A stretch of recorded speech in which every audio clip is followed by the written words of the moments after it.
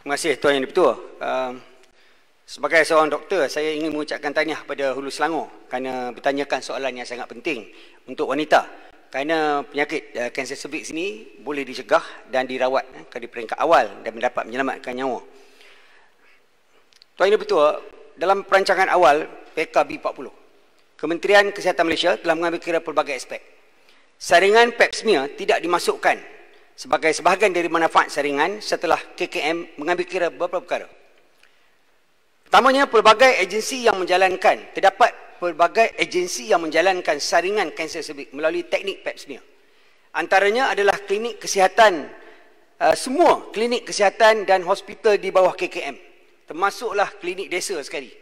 Lembaga Penduduk dan Pembangunan Keluarga Negara, LPPKN, PKSO, hospital-hospital universiti di bawah KPT, organisasi bukan kerajaan, NGO seperti Federation of Reproductive Health Associations Malaysia, FRHAM, dan National Cancer Society of Malaysia, CSM, klinik-klinik di bawah PBT, seperti di negeri seperti Pulau Pinang dan Selangor, serta hospital-hospital di bawah Angkatan Tentera Malaysia. Walaupun kanser cervix merupakan kanser ke-9 tertinggi bagi semua kanser di Malaysia, namun kadar insiden bagi kanser ini adalah rendah, sebanyak 6.2 per 100,000 populasi berbanding dengan kanser payudara iaitu 34.1 per 100,000 populasi. Oleh itu, saringan kanser payudara diberi keutamaan untuk dimasukkan sebagai sebahagian dari pakej manfaat saringan kesihatan PKB40. Di samping itu, pada peringkat permulaan dengan bajet sebanyak 20 juta, Kementerian perlu menghadkan bentuk-bentuk manfaat yang boleh diberikan melalui saringan kesihatan PKB40 ini mengikut keperluan dan kepentingan. Sekian, terima kasih. Terima kasih. Silakan Yang Berhormat Puan Jun untuk soalan tambahan pertama. Terima kasih Datuk Yang di-Pertua. Terima kasih kepada Timbalan Menteri atas jawapan yang diberi, dan juga terima kasih kepada Kementerian kerana telah banyak usaha yang telah diusahakan. Kita sedia maklum, peratusan wanita yang perlu untuk ujian masih rendah, sedangkan peratusan wanita yang mengidap kanser cervix kiat meningkat. Dan oleh itu, apakah usaha lain daripada kementerian dapat dilaksanakan daripada kempen selain daripada kempen kesedaran, dan adakah pihak kementerian bersedia untuk mewajibkan supaya setiap wanita yang berkahwin untuk menjalani ujian ini secara berkala sebagai satu usaha untuk mengesan ataupun mengekang wanita daripada kanser cervix ini, dan sekiranya mereka yang menjalani ujian tersebut disyahkan normal, dan apakah pula langkah pencegahan awal oleh kementerian memastikan mereka terus kekal sihat tanpa kanser cervix? Sebab ini amat sangat penting, sebab wanita bukan saja melupakan tulang belakang kepada keluarga, malahan kepada negara. Terima kasih Datuk Yang di-Pertua. Terima kasih. Silakan Yang Berhormat Timbalan Menteri. Terima kasih Hulu Selangor, terima kasih Tuan Yang di-Pertua. Kanser cervix ni yang ketiga. Kalau dalam orang perempuan, dia yang ketiga yang tertinggi sekarang ini. Dan sehingga setakat ini, pap smear merupakan saringan utama. Dan kalau di KKM, percuma aja. Daripada semua agensi yang buat tadi, kalau KKM percuma aja.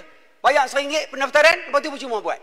Tetapi apa yang kita dapat daripada dapatan daripada National Health and Mobility Survey tahun 2019, 60% wanita tidak melakukan pap smear sejak 3 tahun yang lepas.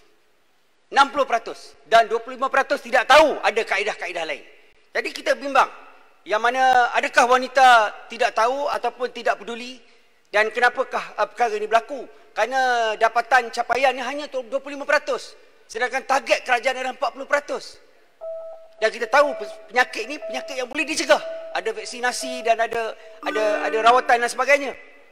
Jadi Tuan Speaker, saya rasa apa yang menjadi masalah sekarang ni adalah ujian yang dilakukan tu.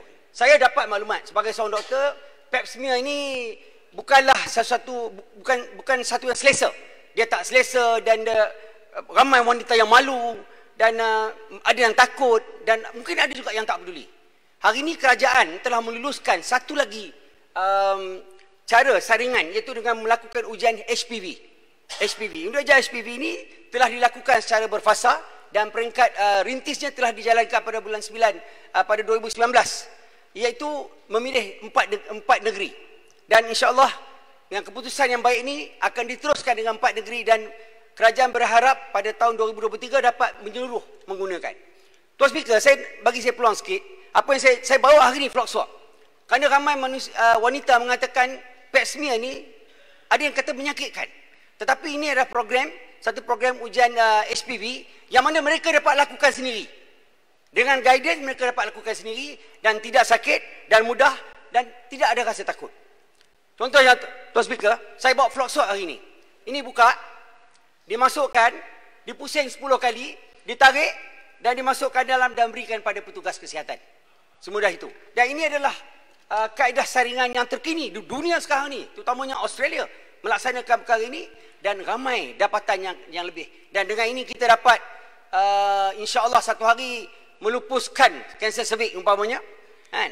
Dan nyawa akan terselamat. Seperti yang Hulu Selangor tanya tadi, apakah kita akan melakukan? Kalau mereka didapati positif, maka kita akan refer terus kepada ONG, onkologis secepat mungkin untuk rawatan awal. Dan kalau tidak, kalau dengan ujian HPV ini setiap 5 tahun sekali. Sedangkan ujian pap smear itu 3 tahun sekali. Yang kita dapati dapatannya tidaklah memberansangkan. Terima kasih, Tuan Speaker. Terima kasih.